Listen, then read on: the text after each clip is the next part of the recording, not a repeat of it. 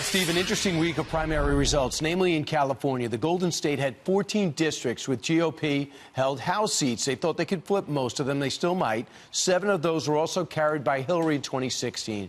But despite Democrats targeting these seats, so far they failed to achieve the so-called blue wave or big blue shutout because of the so-called jungle primary. In all 7 of the primaries, the Republican candidate has come out ahead and has a chance to win in November. So what can we learn moving forward about the issues and the results? Here to discuss it is a fine poster panel. We got Lee Carter playing outside right, playing in the with Maslansky and partners. Adam Geller's playing in the middle, and he's poster with the Trump campaign. And David Byler's here. He's chief election analyst for the Weekly Standard. So, Lee, the jungle primary came up in 2010, which means just give me the 2 most popular candidates, regardless of the party. What were the results? The results were not, I think, what the Democrats hoped them to be. I think the Republicans held strong where they needed to, and the Democrats didn't do as well as they had hoped to do. And I think that's in large part because there was a big divide between the Democrats. I don't think you saw the alignment that they were hoping to have. And ultimately, I also think that in California, they're not quite as left as people had thought. There's issues that are really appealing on the Republican side, and those issues come down to how they look at trade, sanctuary cities, and immigration. People are really hoping in California for bipartisan immigration legislation. In fact, 3 out of 4 folks are saying that that's what they want to see. They want to see some type of deal made. That's but right. both parties are afraid to do a deal, aren't they, Adam? Well, listen. First of all, to go back to the jungle primary for a second, I think the jungle primaries are a terrible idea. I think it's a cynical attempt to kind of rig the system almost. You know, you take a very democratic state like California, sure, they would love a jungle primary. They would love 2 Democrats to run against each other in a general.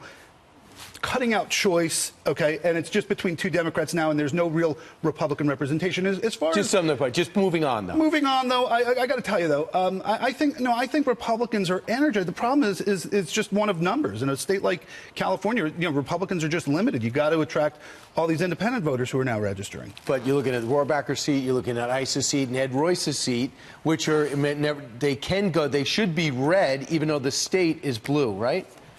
Right. So a lot of these seats in California are sort of mid-transition. They're diversifying sort of racially and ethnically, and at the same time as the Democrats are becoming sort of a more urbanized party. So you have those trend lines pointing in the Democrats' direction. You have opposite trend lines sort of elsewhere in the country.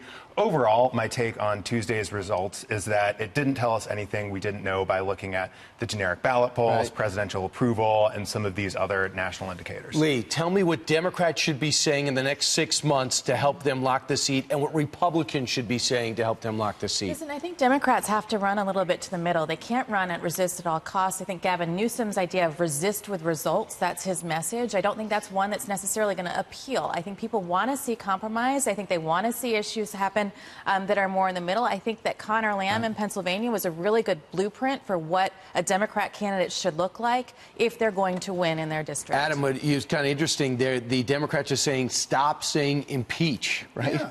Well, even though now the president's saying, yeah, bring it up. Well, listen, what we're having, you know, we see President Trump's approval rating climbing, the economy growing.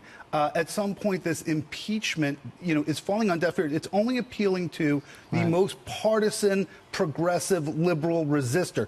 The rest of the country doesn't want to hear it. Yeah, and David, finally, what's your takeaway? From the June 5th primaries? Again, it's mostly what we've seen before. The party establishments on both sides have been getting the candidates that they wanted.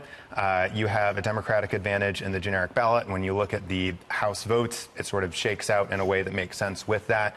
And a lot has changed over the last 6 months, I would say, but not a lot has necessarily changed between Tuesday and today in how I would say you should think about the midterms. Yeah, circumstances will dictate who wins the next 6 months. In other words, it's still 0-0. That's right. And the final score is going to come in November. It's a jump ball. The generic is tightening up. The president's job approval is going up. It's a jump ball. Right. I think it's a little tilted Democratic compared to a jump ball. Because of enthusiasm. Because of enthusiasm, also because of what we've seen in special elections. In some of these high turnout contests, you have seen really big Democratic overperformances. Right. And the generic ballot, it's D+6, D+7. That's right near the range that would suggest a 50-50.